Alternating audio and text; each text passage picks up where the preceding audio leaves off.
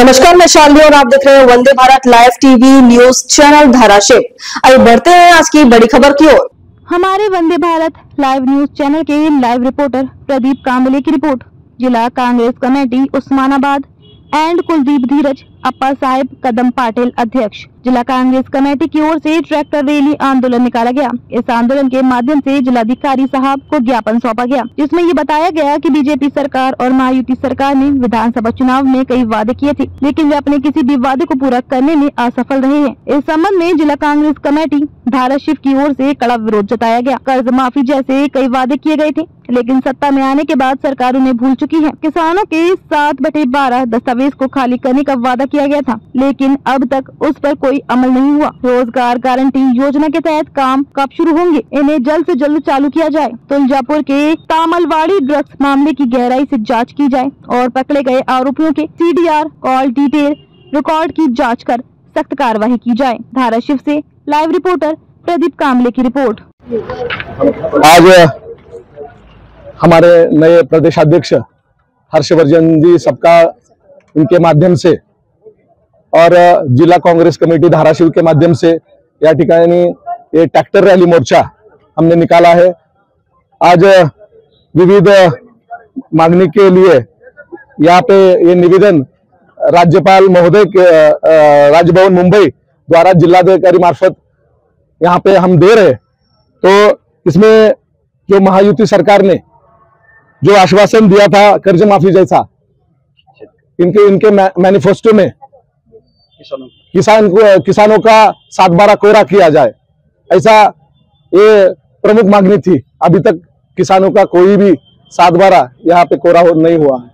दूसरी मांगनी है कि जो सौर पंप है, जो मांगेगा उसको सौर पंप दे रहे थे।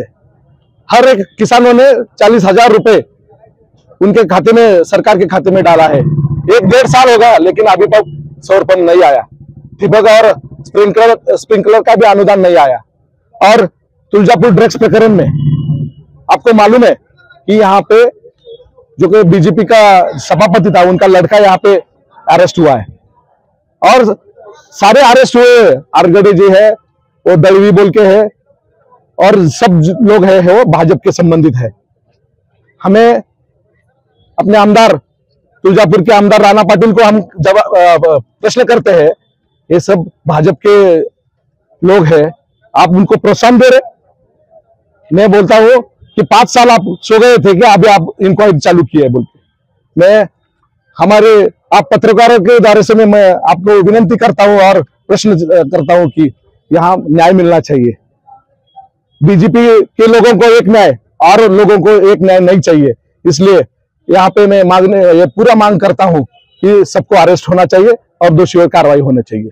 आने वाली भूमिका क्या रहेगी?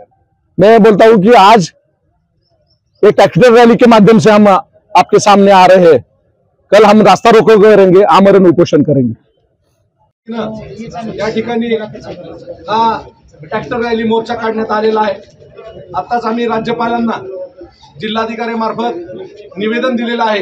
त्या निवेदनात असं म्हटलं आहे की विधानसभा निवडणुकीमध्ये या महायुती सरकारनं शेतकऱ्यांचा 7/12 कोरा करतो म्हणून आश्वासन दिलेलं ते पाळलं गेलेलं नाही। मग आमचा प्रश्न आहे की शेतकऱ्यांचा 7/12 कधी कोरा करणार आहेत?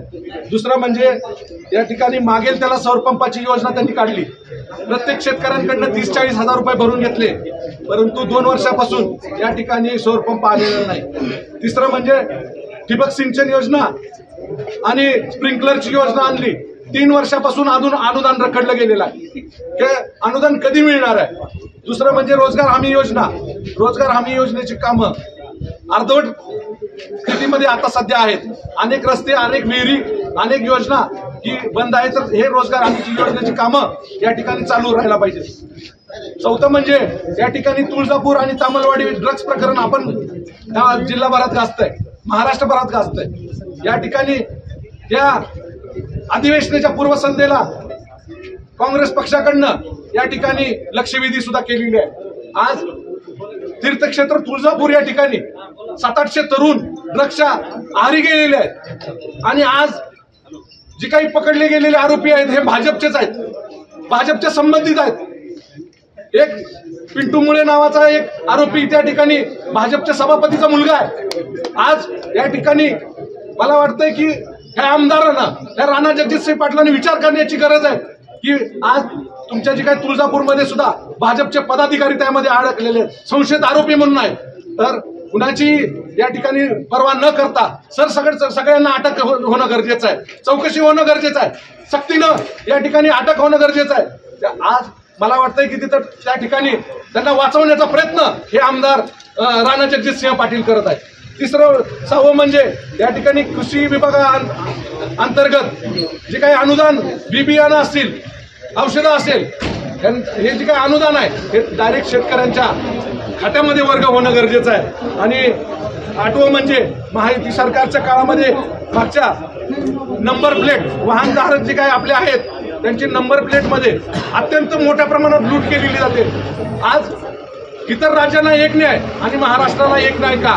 आज 200 रुपये जर नंबर प्लेटला घेत असतील, मी उदाहरण देतोय, तर त्या ठिकाणी 800 रुपये या ठिकाणी महाराष्ट्रात घेतले जातात. ही वाहनधारकाची लूट या ठिकाणी थांबवण्यासाठी आमच्या विविध मागण्या आज आम्ही राज्यपालांना देत आहेत. या पुढील काळामध्ये जर ह्या मागण्या आमच्या मान्य नाही झाल्या तर आम्ही रस्त्यावर उतरू आणि काँग्रेस पक्ष हा शेतकऱ्यांच्या सर्व नागरिकांच्या पाठीमागे राहील असं आश्वासन या ठिकाणी देतो. अब तक के लिए बस इतना ही. फिर होगी आपसे मुलाकात. तब तक नमस्कार और देखते रहिए Vande Bharat live TV news channel Dharashiv.